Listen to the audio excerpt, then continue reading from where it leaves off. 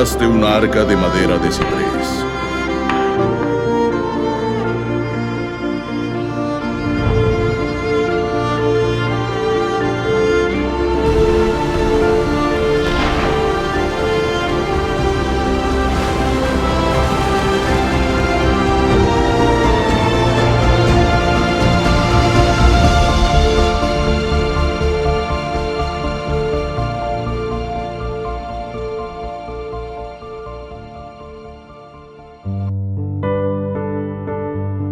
Hasta ahora hemos visto lo que ha sucedido en historias como el diluvio o las plagas en Egipto. Estos fueron eventos en los que involucra la pérdida de vidas humanas. La Escritura utiliza cierto lenguaje, un lenguaje, y dice que Dios fue quien destruyó esas vidas. Pero cuando vemos a Dios con el pacto eterno, siempre insisto acerca del pacto eterno. Hay que comprender el pacto eterno que es Cristo. Nos hemos dado cuenta que Dios no lo hizo directamente, sino que Él permitió que sucedieran cosas como esas. Permite Dios al destructor hacer su obra de destruir del enemigo. Dios no le manda hacerlo, pero cuando los hombres deciden rechazar el llamado de Dios y deciden servir en lugar a Dios a los demonios, Dios los abandona. Como dice la Biblia, oculta su rostro. En eso consiste la ira de Dios. Cuando ustedes ven en la Escritura ira de Dios, Dios oculta su rostro, los abandona, los deja con dolor. Cuando la Biblia habla del poder de Dios, siempre habla del poder como creador, habla del poder de Dios para salvación, el poder del Evangelio. Pero muchas veces, debido al lenguaje que utiliza la Biblia,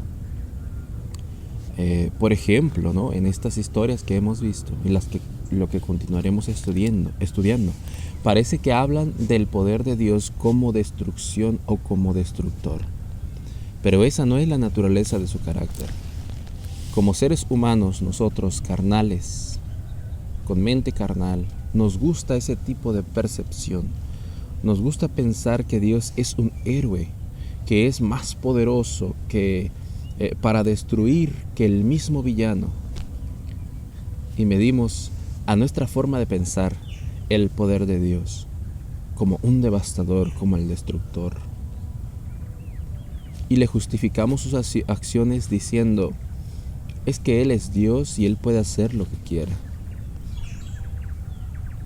Dios es amor, y en su amor destruye, dicen algunos. Esta forma de pensar, esa es la mente del antiguo pacto, la mente que tiene el velo. Y cuando vemos expresiones en la Escritura como Dios extendió su mano sobre Egipto, o de Dios descendió fuego de Dios del cielo sobre Sodoma y Gomorra, pensamos inmediatamente en, ¿lo ves? Aquí dice claramente que de Dios desciende fuego y punto.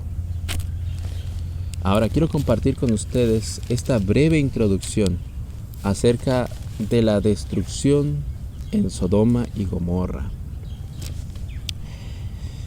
A primera lectura parecería ser claro y sin ambigüedades que el Señor directamente derramó fuego del cielo sobre Sodoma y sobre Gomorra. Bien, vamos a leer esto. Esta historia está en Génesis 19. Génesis 19. Vamos a leer el versículo 24. Entonces Jehová hizo llover sobre Sodoma y sobre Gomorra azufre y fuego de parte de Jehová desde los cielos. Como vemos, aquí aparecen estas expresiones acerca de la naturaleza de la destrucción ahora de Sodoma y Gomorra. Dice, y fuego de parte de Jehová desde los cielos. Y con la mente del antiguo pacto, sin poder comprender el marco general del pacto eterno, es fácil pensar y aceptar que Dios lo hizo directamente sin cuestionamiento.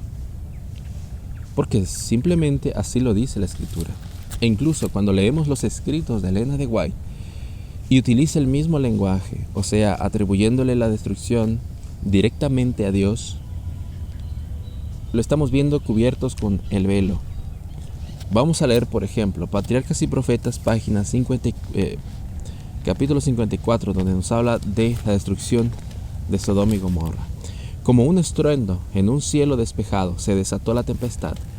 El Señor hizo llover fuego y azufre del cielo sobre las ciudades y la fértil llanura, sus palacios y templos, las costosas moradas, los jardines y viñedos, la muchedumbre, amante del placer, que la noche anterior había injuriado a los mensajeros del cielo. Todo fue consumido por el fuego.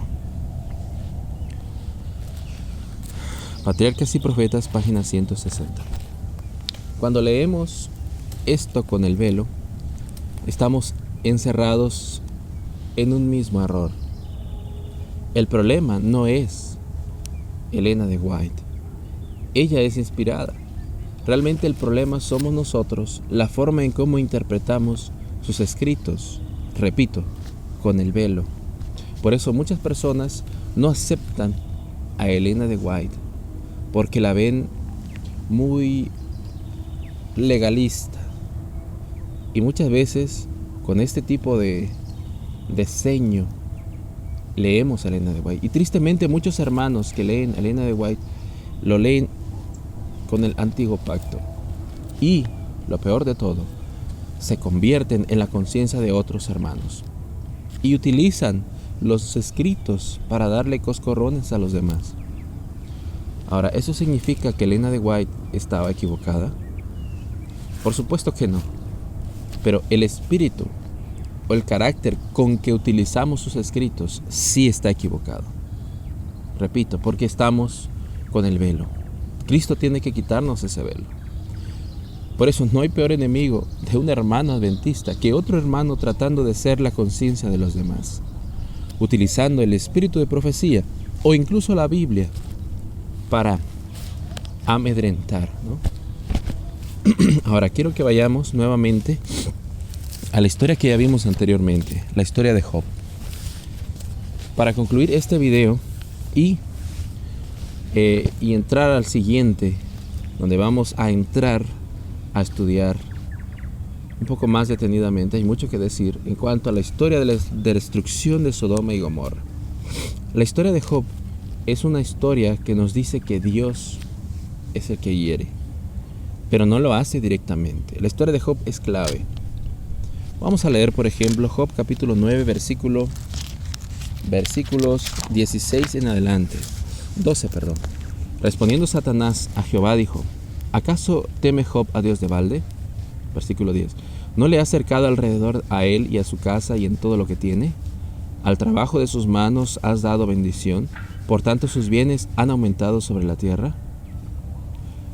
Pero extiende ahora tu mano y toca todo lo que tiene, y verás si no blasfema contra ti en tu misma presencia.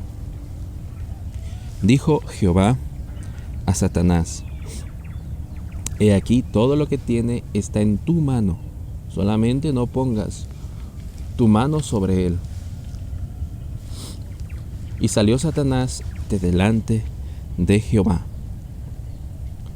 Ahora el versículo 6 dice: aún estaba hablando, o sea, ya estaba hablando de la destrucción de Job, o los animales de Job. Aún estaba hablando cuando vino otro que dijo: fuego de Dios cayó del cielo, que quemó las ovejas y a los pastores y los consumió. Solamente escapé yo para darte la noticia. En estos versículos estamos escuchando expresiones como: fuego de Dios cayó del cielo, quemó y consumió todo. Pregunto, ¿quién dice esto?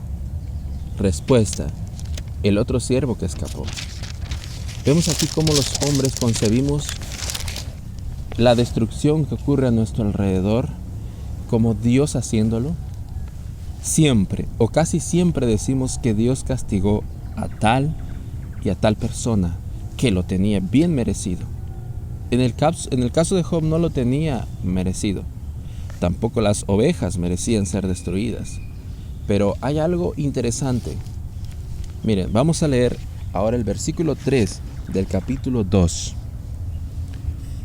Y Jehová dijo a Satanás: ¿No has considerado a mi siervo Job, que no hay otro como él en la tierra, varón perfecto y recto, temeroso de Dios y apartado del mal, y que todavía retiene su integridad, aun cuando tú me incitaste contra él para que lo arruinara sin causa?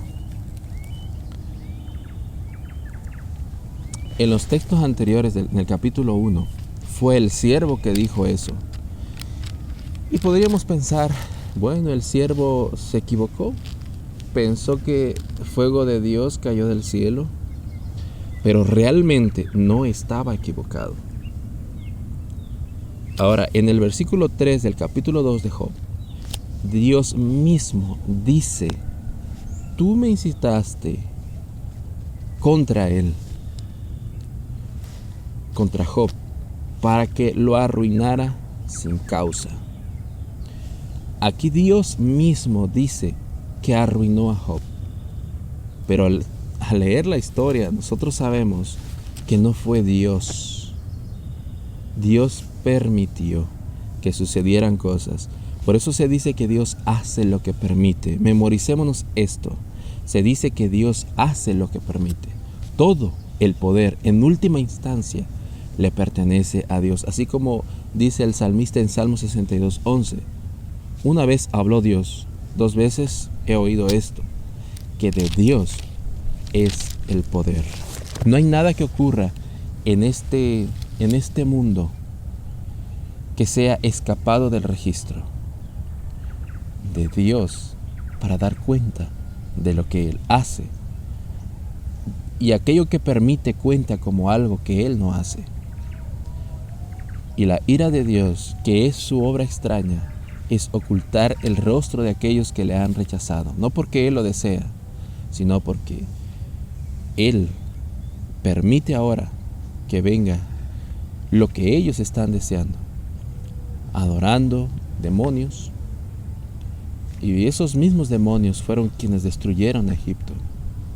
Así que la invitación es que podamos contemplar al Padre desde el pacto eterno, porque Él tiene registro de todas las cosas, y de todas las cosas Él dará cuenta, pues Él es el que está en el juicio, Él es el que es juzgado. Por eso, muchas expresiones que aparecen en la Escritura como que Dios lo hizo, realmente conociendo el trasfondo, el contexto de la historia de Job, nos damos cuenta que lo hace otro, pero Dios se lo atribuye porque Él es el que está siendo juzgado.